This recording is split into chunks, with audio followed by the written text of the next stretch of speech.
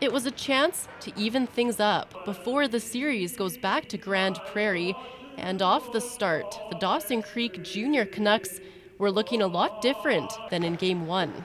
Taking an early test, 15 seconds in, Sam Needham gets a boarding call, the JDA Kings with a man advantage, but the Canucks managed to hold their own and kill this one off. Not long after, Coleman Brinsky brings it into the Kings' territory. He gets a little caught up, tries to feed Lane Hunter, puck bounced in front, and Brinsky opens the scoring 1-0 Dawson Creek. Then, the Kings with a chance of their own. Darian Bamber puts one just wide of the net, ends up in the hands of the league-leading scorer, Wesley Shipton, who feels a lot better when the puck is on the other side. He takes it, gets stopped, but he finds it again, and he finds Mark Riedman in the perfect position. It's 2-0.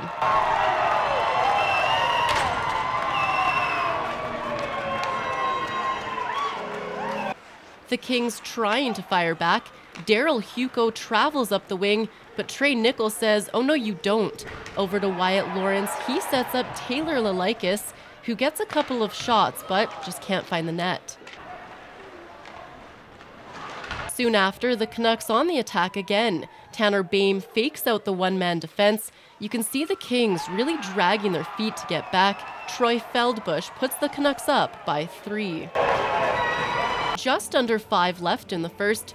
Keep in mind, in Game 1, the Kings were up 4-2 after 20. Off the face-off, Shipton collects, sends it to Boehm, who gets a little something from Kyle Smeding. Play goes on, but at the whistle, Smeding would go to the penalty box.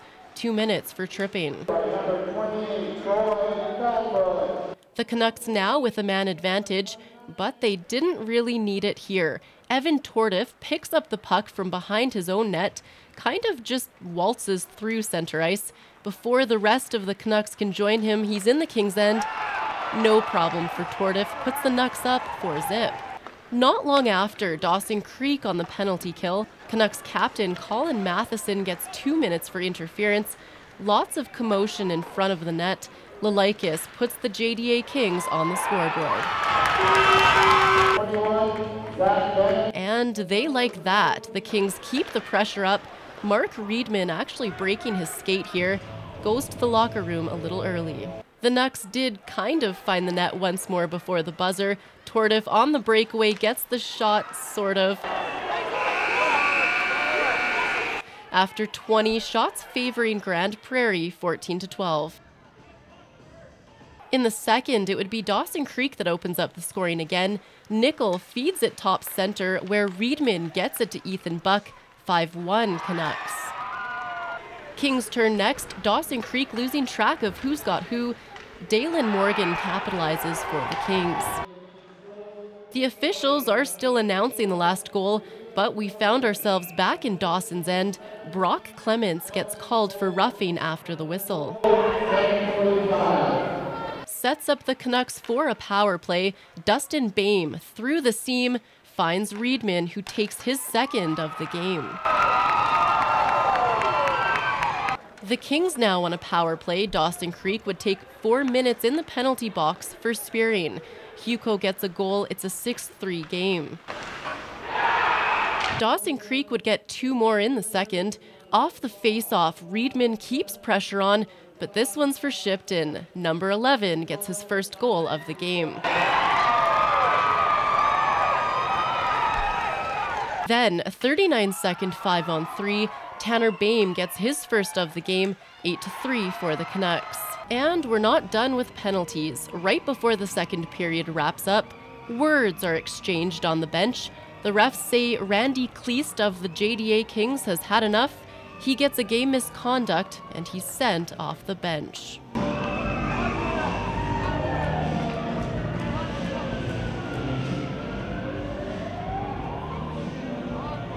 The JDA Kings start the final frame with a 5-goal deficit and without their equipment manager on the bench. But they find a way to score first. A scramble in front gives one to Zach Bennett.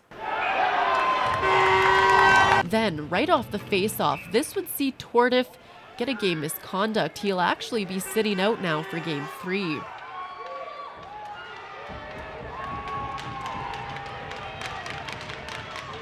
1 minute left in the third period.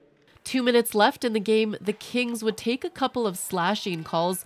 5-on-3 for the Canucks. Captain Matheson makes it 9-5. The junior Canucks even their series with the JDA Kings. I think a lot of it came out to our start, for sure. Like last game, we were down 4-0 before the 10-minute mark in the first.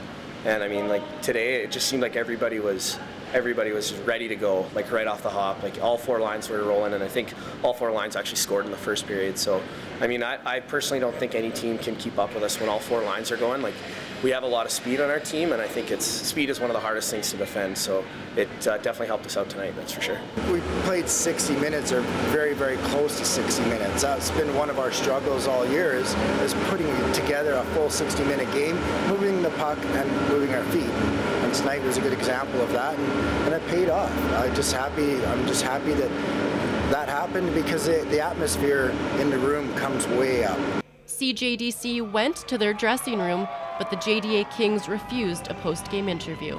There's lots of bickering going back and forth on the bench, players yapping at coaches, coaches yapping at coaches, and it just can't happen. That fella on their team, he just wanted to carry on, and obviously it doesn't, not supposed to do that. That's not part of the game. It shows very disrespect to the game of hockey. It's a very emotional game, and you have to keep your emotions in check, and that's the result if you can't. It's playoff hockey, it comes with the territory, and I mean, Grande Prairie has a reputation around the league of being a team who gets frustrated and kind of lashes out and takes bad penalties at times. So we kind of know we know to expect it, and going in there should make no difference to our game. Like, it's, if anything, I love playing the spoiler more and kind of getting under people's skin. So being able to go there and hopefully do the same thing we did tonight will be maybe even more fun. That's the reason why we're here. That's the reason why I'm here. I enjoy it. And that's the reason why these kids play, is because it's fun. You've got to have fun. And once you're out there having fun, then your body will do things that you probably didn't even think it'll do. It just happens.